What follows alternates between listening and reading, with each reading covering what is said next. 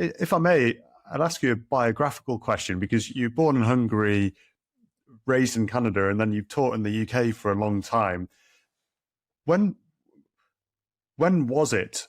Can you spot when things started to change, and do you know what those drivers were, or was it ever thus? Was it just that you noticed there was a growing antagonism between those who ruled and those who are being ruled, and a value conflict growing between them? Or did you notice that start to show in certain places at certain times, and what the drivers were?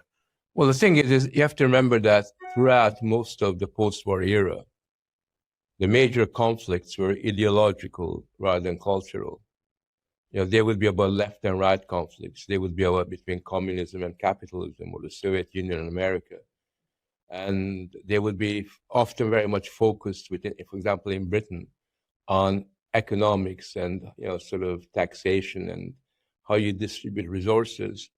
But what happened was that in the late 70s, we had the exhaustion of all the ideologies that one associates with modernity, from communism to socialism to liberalism to conservatism.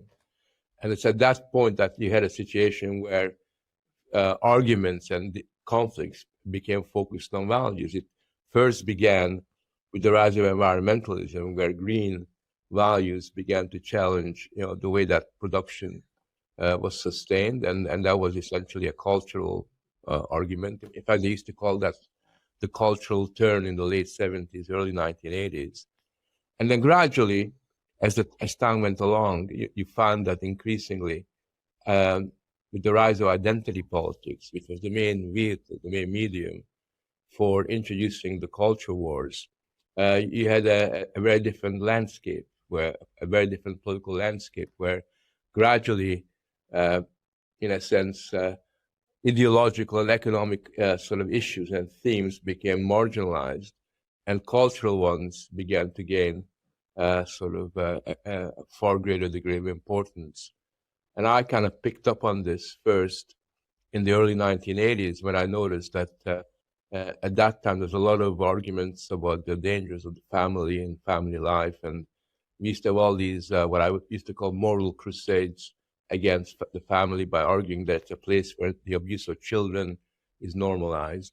And especially because I was very fortunate and blessed with a really good family where I grew up in, where my mother and my father were extremely supportive, and we were all very, very close. I found that these new versions of what a family is like is a place where violence occurs, and they use that expression, the dark side of the family, as if somehow there's a dark side to the family. That's really when I began to become sensitive to the fact that many of the things that you could take for granted as essentially part of our world, the way we live, were not beginning to get challenged. And that was a very early stage, because what happened was that decade by decade since then, the stakes have been raised. New targets have been cited by them. New language, new words have been invented and created, and the growing number of our traditional vocabulary has been turned into a pathology that you cannot sort of use anymore. It's fascinating just how, I suppose, viciously the family has been attacked in the popular culture, when there seems to be reams of evidence that is starting to come to the fore now that suggests that that's having some seriously deleterious effects on children and now our young adults, because that's the culture they were brought up in. Now, I know there's a book right now doing the rounds in America called The Two-Parent Privilege. There's plenty of data to suggest that particularly boys, but all children that grow up in a split home have much worse life outcomes. And I think Jonathan Haidt has been doing quite a lot of work that sees the link between the generation that's been brought up in institutional childcare and safetyism, and those that came before, which were brought up in a stable household like the one you were describing. Yeah, I mean, I don't agree with Jonathan on that particular point. I don't think that childcare is a problem.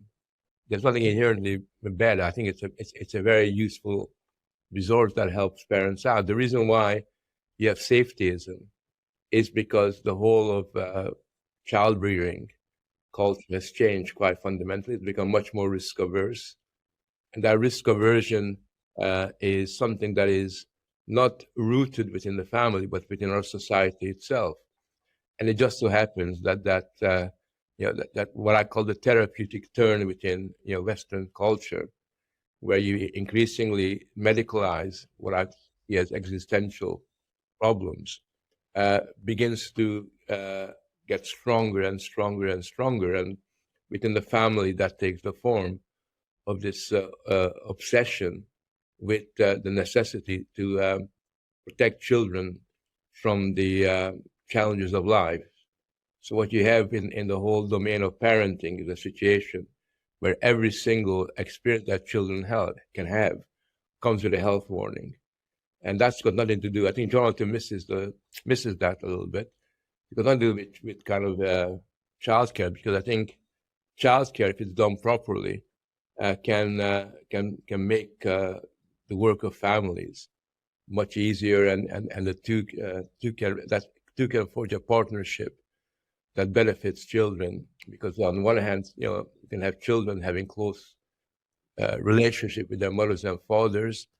Is quite important for their existential security, whilst at the same time within a childcare environment, they can learn to engage with their peers. They can learn how to develop the kind of skills they need in the public world, which the sooner they learn, the better.